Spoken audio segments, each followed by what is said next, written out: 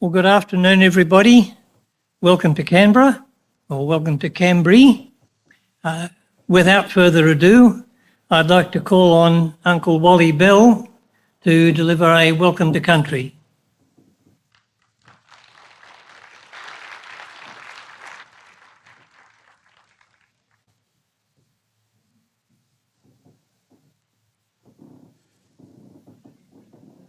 Bright lights. I like to do things in a traditional way. So just a little bit of background is that our group, the Ngunnawal people, we have several different clan groups. So our way of looking after and caring for country is to actually move around a lot. Well, we used to do that in the past anyway, not so much these days, but during those movements, we always meet up, and part of the traditional process then was to always greet one another. So I'm going to say our greeting word, and you guys have got to say that word back to me, but you've got to say it with enthusiasm, all right? So the word is Yuma. Yeah, pretty good. At least you got the pronunciation right. It's a lazy way of saying it sometimes, but you listen to the ABC radio or something like that, and, oh, not good.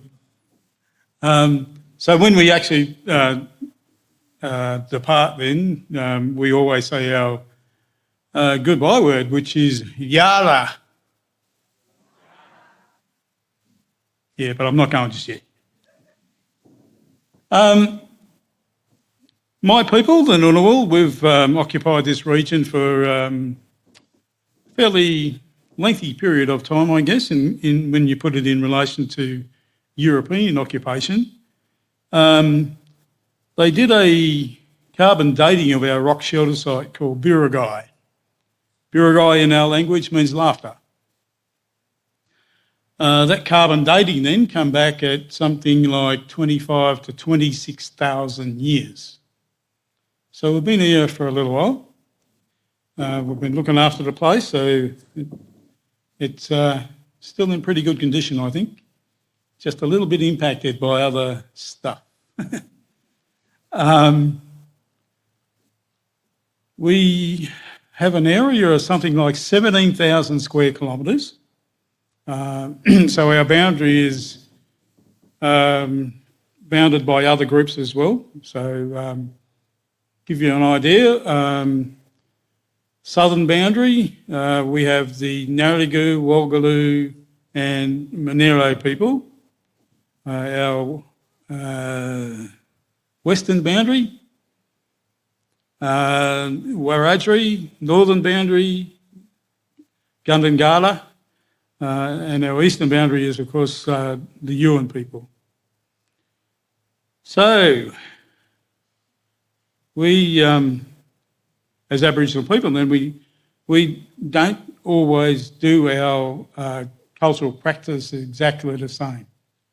And that's primarily because of the fact that our culture and our practice, we get it all from the place that we live in. So we live in totally different environments, so, you know, when you put it into context right across Australia. So naturally, cultural practice is never going to be the same. You know, there's going to be similarities, but how we actually go about it is going to be a bit different. So one of the things that you must remember about our cultural practice then is that we're always going to have variations. Our cultural practice is quite diversified. So we're going to have, we all live in different environments. We have different native plants. We have different native animals. So all that is how we produce our own cultural way of doing things. So the thing that was mentioned that I'm here for, I really don't believe in the fact that we did a welcome to country. A lot of what we used to do is misconstrued. So people see us doing something and they'll put their own interpretation onto that, which may be most likely wrong, because of the fact that we operate on a system whereby we pay respect to our neighbouring groups, we pay courtesy to our neighbouring groups. So my group, for instance, was going on to one of those groups that I've mentioned. Let's just say we're going to go down onto Yuin country. So if we were going to go onto their country, we would actually make sure that they were aware of that. So the process involved one of us going out, finding somebody from the Yuin people, and we would be carrying with us a thing called a message stick. And that would be requesting permission to travel on their country, make use of their natural resources for food and shelter and all those sort of things. They then in turn would give us sort of what you'd probably call conditions of entry. Now, like I said, our cultural practice is quite different. Here on Ngunnawal country, we've got, beautiful flat lands with big hills. Yuin people, well, they've got practically the same things, beautiful flat lands with big hills, but they've also got ocean, something we don't have here. So that's going to tell you straight away that cultural practices is going to be quite different. So we would be told then that certain places that we couldn't go into, like a women's business site or a burial site.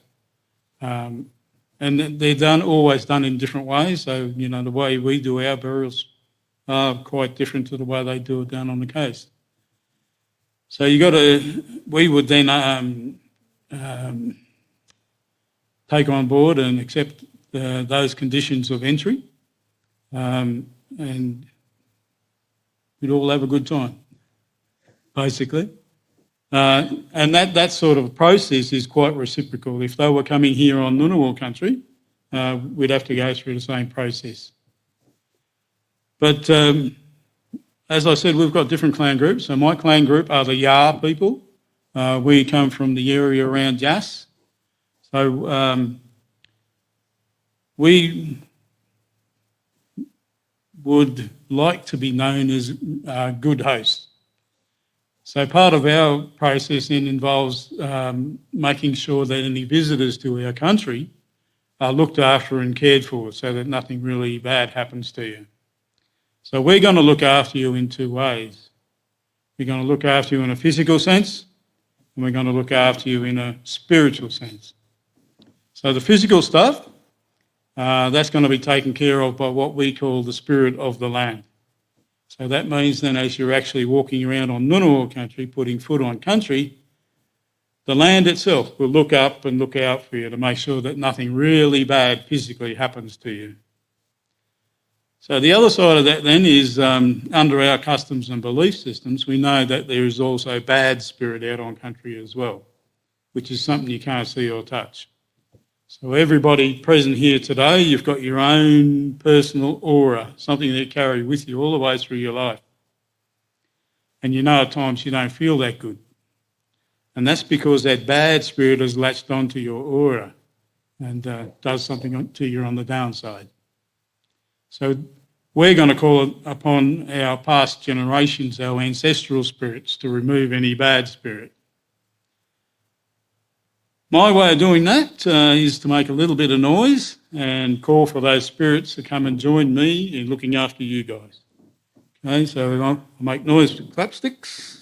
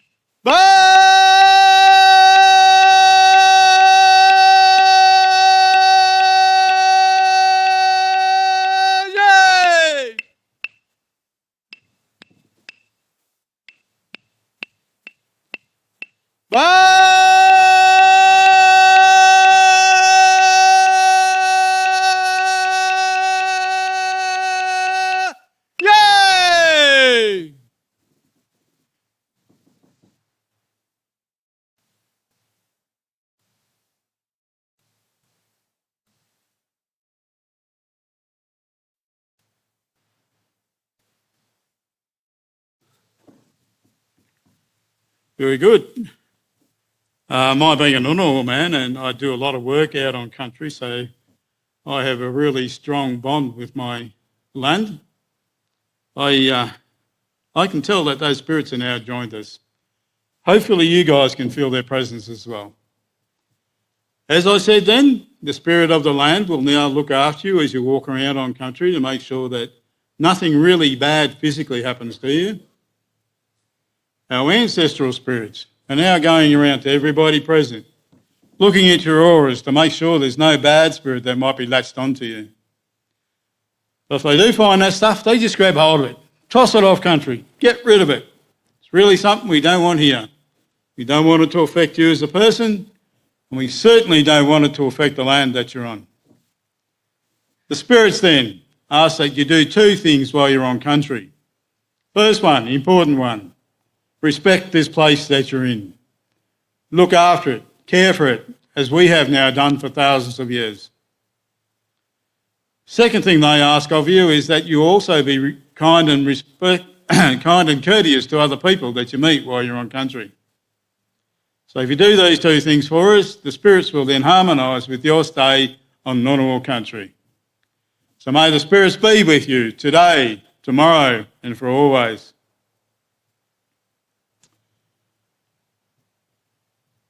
I'll just use some language words now. So, Dalawanunna, Dalawanunawal, Yango, Nilaweri, Dinamayan, Ngunnawal. This land is Ngunnawal land. We've all come together today for a big yarn-up. So I'll conclude by saying that on behalf of the Ngunnawal people, my clan group, the Yar, I make note of your presence here on Ngunnawal country. Darawanunna, Darawanunawal, Bulu. This land is Ngunnawal land, always. Jan Yamaba. Thank you.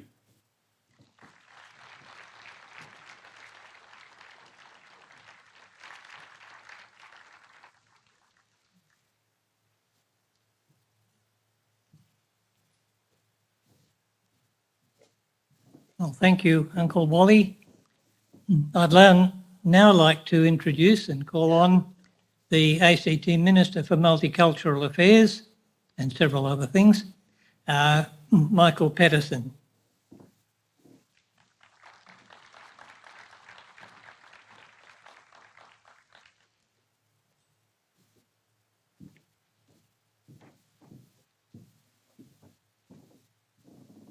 Good afternoon, everyone. Oh, that was good. I didn't actually expect a response. You are a very chatty lot, I imagine. Thank you, Dave, for the very kind invitation to be here today and for welcoming me. And thank you, Uncle Wally, as always, for your very generous and warm welcome to country. I too would like to acknowledge the traditional custodians of the land we are gathered upon, the Ngunnawal people, as well as all families with connections to these lands. I acknowledge their continuing culture and the important role they play in the life of this city. I'd also like to acknowledge and welcome all other Aboriginal and Torres Strait Islander people here with us today. As the ACT Government's Minister for Multicultural Affairs, it is my honour to welcome you all to the Australian Institute of Interpreters and Translators National Conference. Canberra is proud of the rich multicultural fabric that makes up our city. We are committed to ensuring everyone feels a sense of belonging and can participate fully in the life of our city.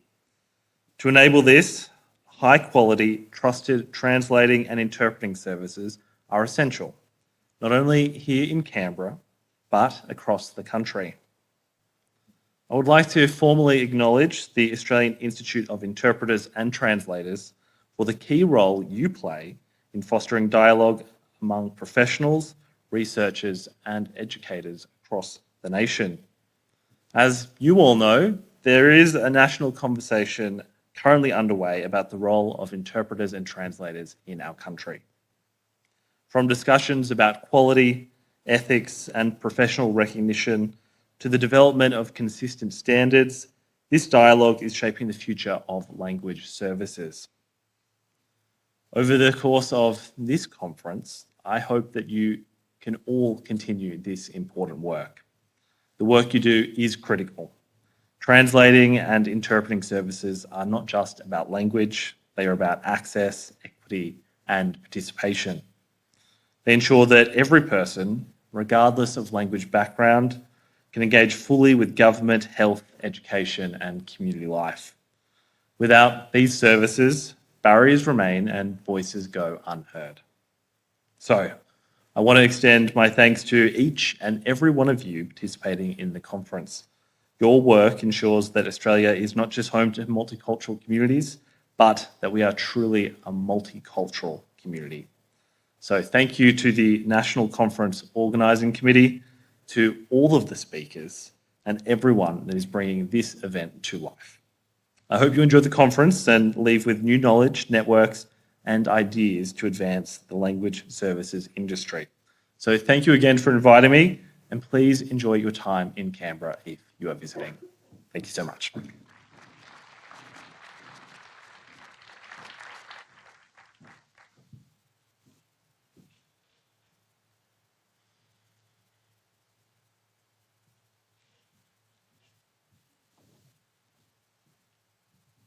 At this point, I'd like to introduce to you our National President, Jean Fordham, who's going to have a few more words to say.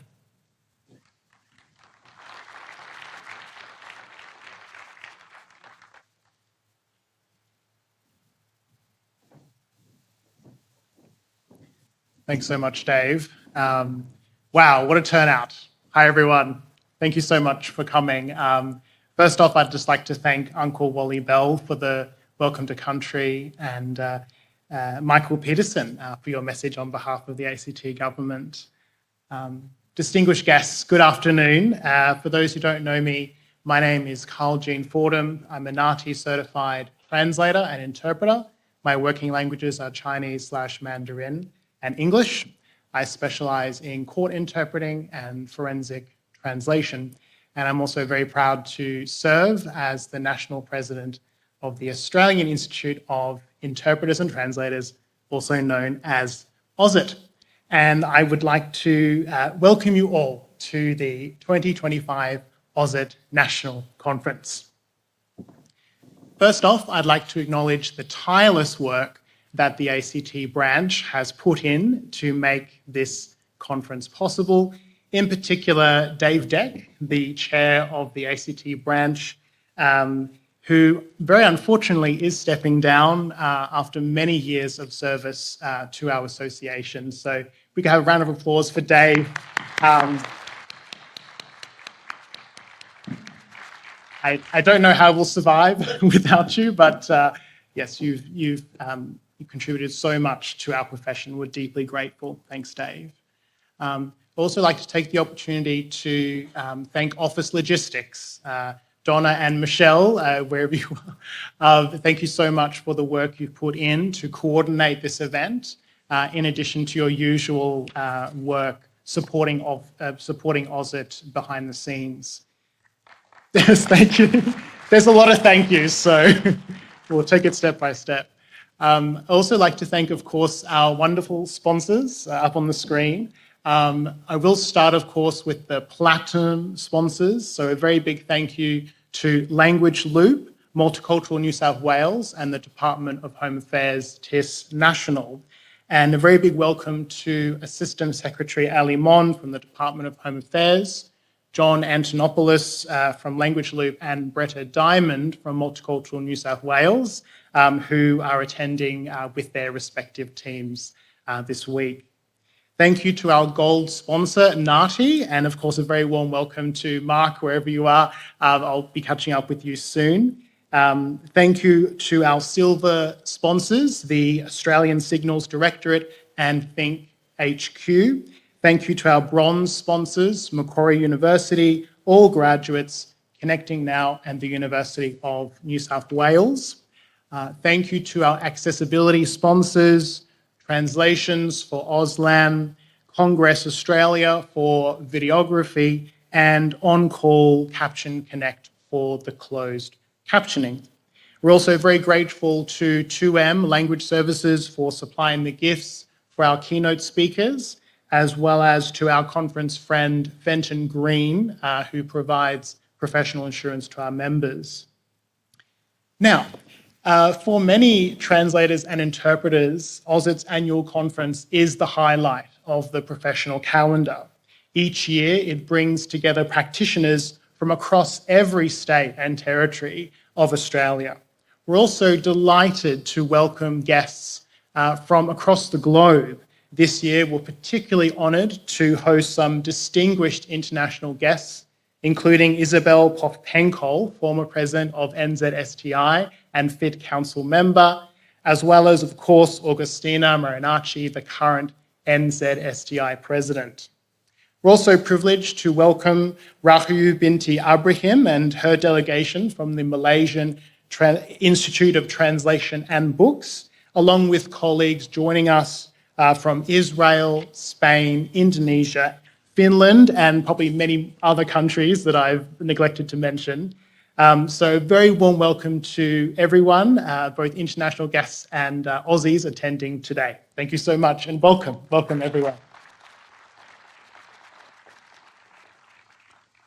Now, for those who might be new to AUSIT, you might be wondering, what exactly do we do?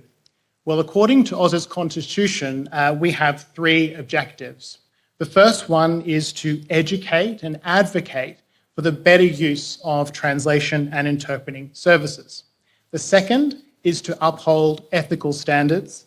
And the third, to support the professionalism of translators and interpreters. Now, the theme for this year's conference, focusing on engagement with government, language communities, colleagues, I think, does all 3. Now, on the government side, this year's conference is the culmination of our long-term engagement with the Australian government, in particular in its development of the LSP endorsement model. Now, on Saturday morning, we very much look forward to being updated on the model. Lee Cox, who is currently on secondment to Ngati from the Department of Home Affairs, will be presenting on that. But also the teams from Language Loop and Multicultural New South Wales will be giving their own presentations, which I definitely recommend colleagues to attend as well. So what is it about the language communities? Well, this morning we held language division meet and greets for our Spanish-speaking and German-speaking colleagues. I think that's pretty special. But also I encourage colleagues to use the Hoover app. It's a great way to connect with colleagues who might share that same working language. And this is a rare opportunity to meet your same language-speaking colleagues face-to-face. Now, as for the colleagues part of the conference theme, I think this event will allow many of us to branch out, which is, often difficult to do when many of us work in solitary environments as translators and interpreters. So I hope you can take this opportunity to step outside your usual professional circle. And that includes colleagues like business people, policy makers, researchers, many of whom may be sitting next to you right now. I would also like to take the opportunity to give a very warm welcome to everyone who is presenting at our conference this year. As usual, the conference program is absolutely jam-packed. This is something we always comment on every year. But if you would indulge me, I would just like to maybe draw your attention to some of the distinguished keynote speakers. This afternoon, Dr. Jim Havlash and Emiliano Zucchi will discuss their information campaign that has been informing called speakers about the important role that interpreters play. And I really look forward to learning how their campaign has strengthened both our ethical practice as interpreters, but also the awareness of our role in the community. Later in the afternoon, Professionals Australia will be giving a presentation. That's with Sam Roberts and Scott Crawford. And that is a really rare opportunity for AUSIT members to engage directly with the union to understand what their proposal is and their response to the LSP endorsement model. Tomorrow morning, we'll be joined by Professors Ludmilla Stern, Sandra Hale, Stephen Doherty, Mel Schwartz, and Dr. Julie Lim. They'll be talking about judicial officers and their work with interpreters to ensure access to justice. And as a court interpreter myself, I'm very much looking forward to hearing about any new developments in improving our working conditions, which, as we know, it can be a very challenging sphere to work in. Tomorrow afternoon, Professor Christine Phillips will reflect on the Guide for Clinicians Working with Interpreters. That's 6 years after its publication. So it'd be very interesting to learn how the guidelines have been developed and the impact it's had on our work as interpreters, especially in the health sector, because we know that's the bread and butter for many interpreters in this country.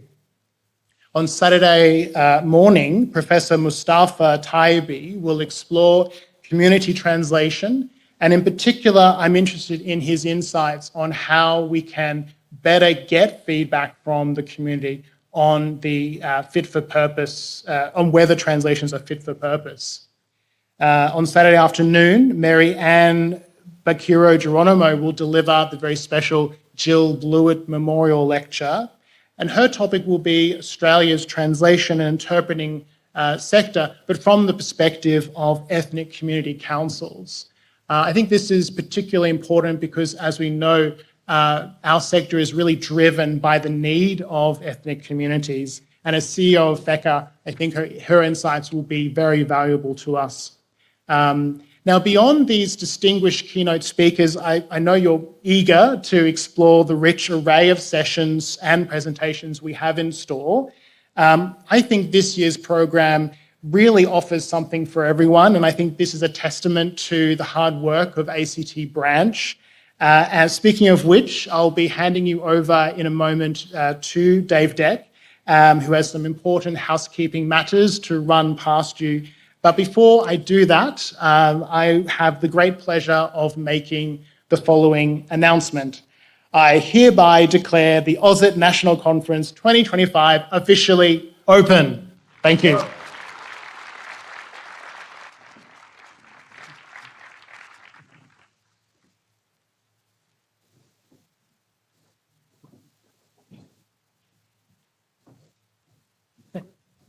Thanks, Carl. I just need to bring up this way. We've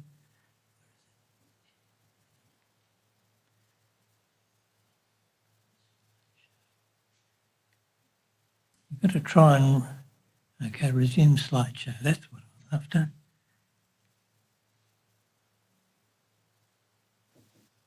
No, it's not going to, doesn't like me.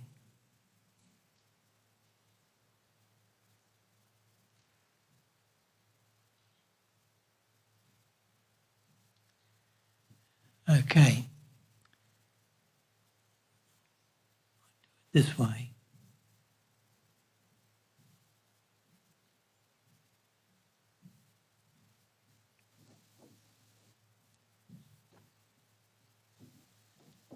Yeah. Trying it up the top, but yes. Yeah, peering into all these lights, trying to see where a little cursor is. Okay, right, now I think we might have it.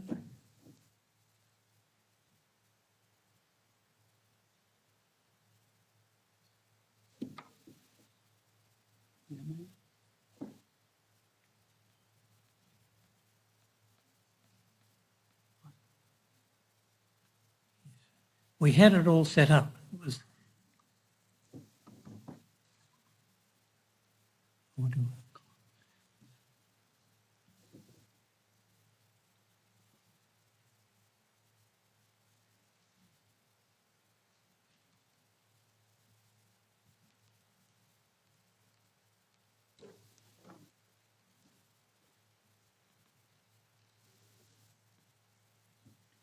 okay. We're on track at last. Thank you very much. All right, I'll run through this reasonably quickly. Okay, so the general structure of the conference, if you've been looking at the program, which I hope you all have copies of now, the sequencing is that we have 2 plenary sessions each day, and these are interspersed with breakout sessions. Those breakout sessions are generally in blocks of 2, then we might have another plenary session, and there is on the last session on the Saturday, rather than 4 breakout sessions, we've got 5 breakout sessions all at once.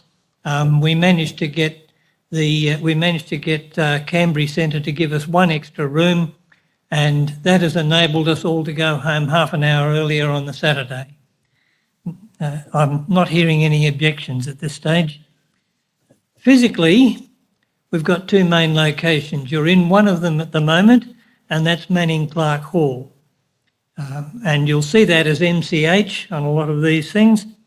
The other is the Marie Ray Teaching Centre, which is across the way, and I'll up on level 5 of that. So if you see MRT, so that MRTC, that's Marie Ray. There are over in Marie Ray, because it's up on the 5th level, there are 3 lifts. It says inside them that they take 24 people at a time. So we can have 72 people going up or down at once, theoretically anyway. All right, that's where we are at the moment. And what you need to do is go out of this building and straight down along there and across past the lawn. Note that lawn, by the way, because I'm going to come back to it and mention it in a moment, to the Marie Ray Centre. You can go across the path or straight down. It's about the same distance in either case, and there are 2 entrances. So that just gives you a general idea of where we are. Now, in the Marie Ray Teaching Centre, 1 space, unfortunately, is smaller than what we booked. That was because half of that space had some hail damage and it hasn't been repaired. They told us it was going to be, but it hasn't been. So that's only a 30 packs space. The other 2 are each 60 packs.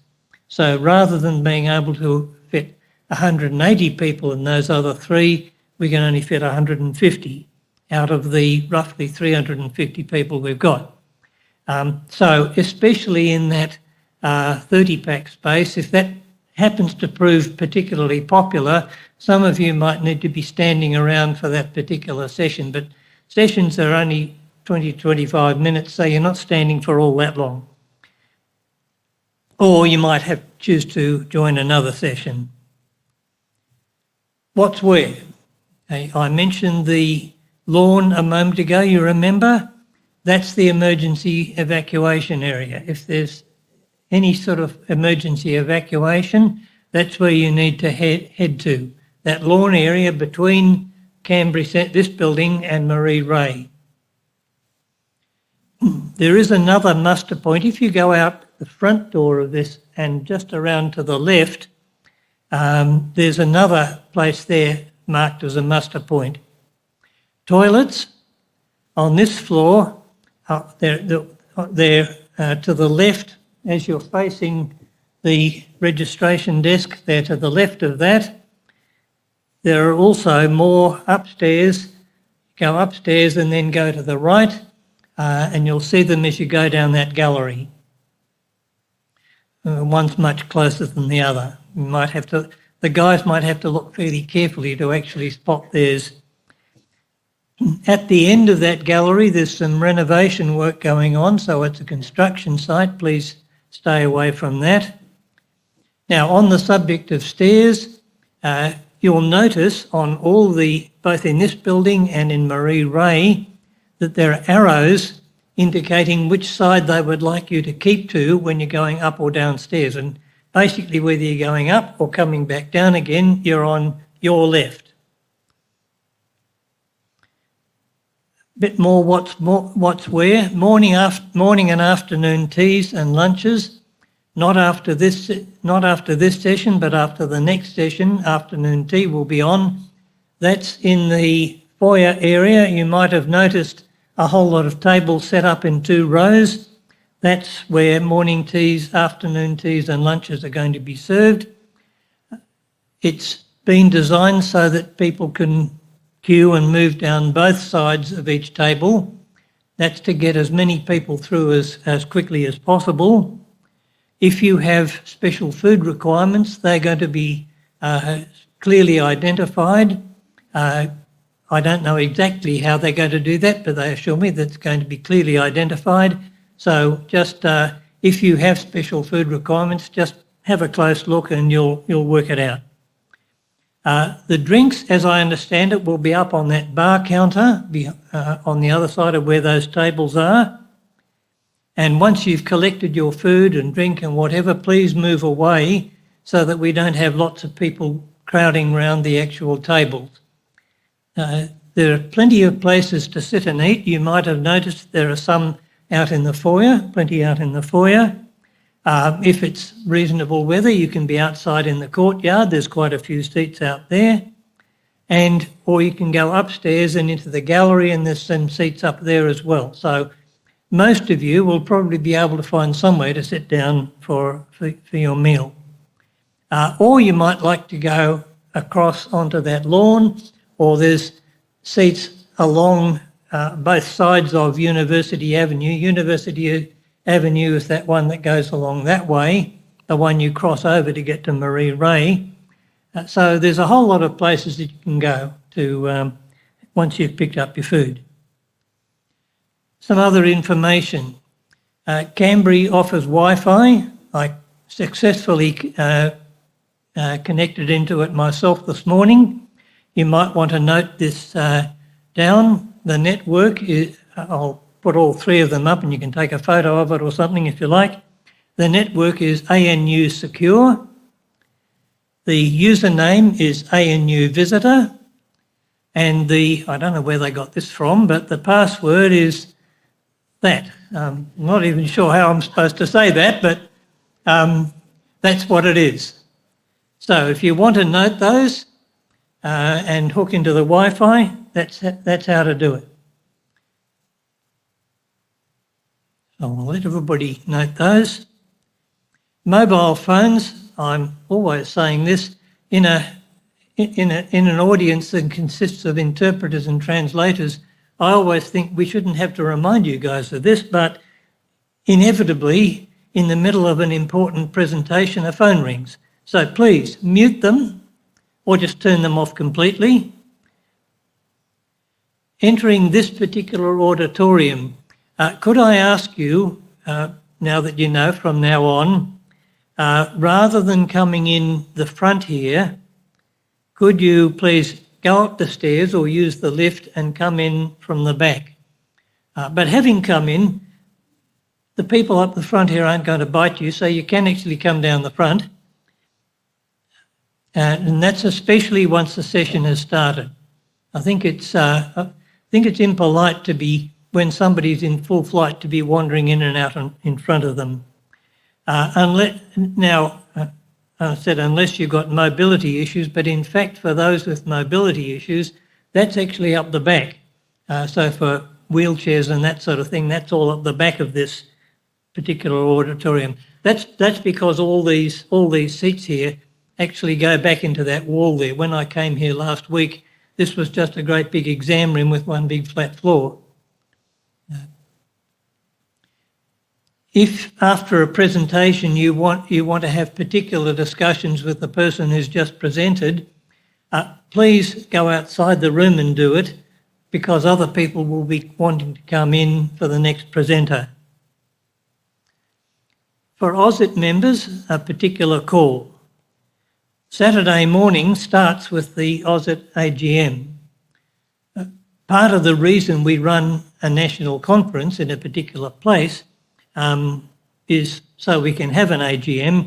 Now, the non-members among us can have a bit of a lie-in, if you like, or explore the CBD or whatever, but could I urge members to attend the AGM? as I said, it's one of the reasons we have a national conference that enables people to get to the AGM. And there are some quite important decisions that we have to make this year. And it's good if we can have as many members present as possible to make those decisions. For the AGM, it's the same registration desk, but there is a specific registration process for that, which is different from the fact that you registered in for this conference. You'll actually be given what's like a little lottery ticket, raffle ticket, and what that indicates is that A, you're a member, and B, that you have actually registered in for the AGM so that we know that you actually attended it. And that more or less concludes what I need to say. And I think we're about 5 minutes ahead of time, so we can all relax for 5 minutes while we get ready for the next presentation. That will be... Thank you.